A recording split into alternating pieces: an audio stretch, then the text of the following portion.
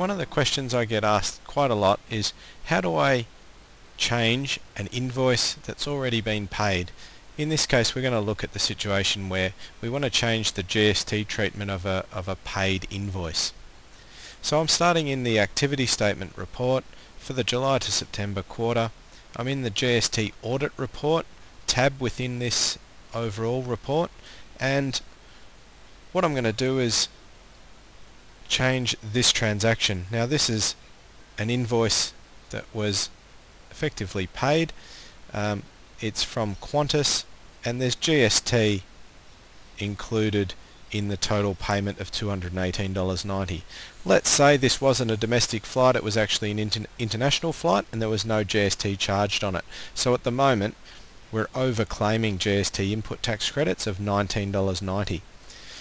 So what I'm going to do is left click on this transaction, and that will take me into the invoice. Now you'll see here a payment's been applied. Now just keep that in mind as I go into the bill options here. I'm going to try to edit this GST on expenses tax category. So if I go edit, you'll notice here I can't change the GST setting. I want to change this to no GST, but Xero won't allow it because a payment has been applied to this invoice. So step number one is to unapply or remove the payment against this invoice, and then we're going to go change the GST in this invoice. So I'm going to click on the payment. I'm going to select options, delete the payment. Now I'm able to go into the purchases invoice area.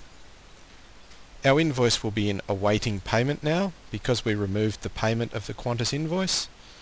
I'm going to click on this Qantas invoice, which is for the $218.90. And now when I go to bill options, I can edit any of the fields in this invoice now. So I'm going to left click here, type in no GST, and you'll see here it's defaulted to $199, which is net of GST. I'll change this setting to tax inclusive. Alter this to the full amount of $218.90. So you'll see now there is no GST, where there used to be $19.90 of GST.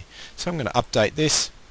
Now we've corrected the invoice, I can go back to the reconciliation area, and now Xero is suggesting a match for this account payable invoice from Qantas. OK that, and now just to check that that's been corrected properly, I'm going to go to Reports, Activity Statement. We're on the GST Audit Report,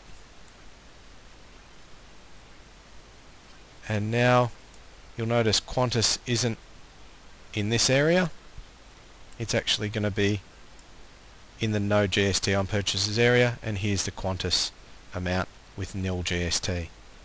So this is quite a specific query, but one I get quite a lot, and so that's an outline of the procedure that you need to follow in order to fix an issue like that. Look out for more videos in my series. There's plenty more to come.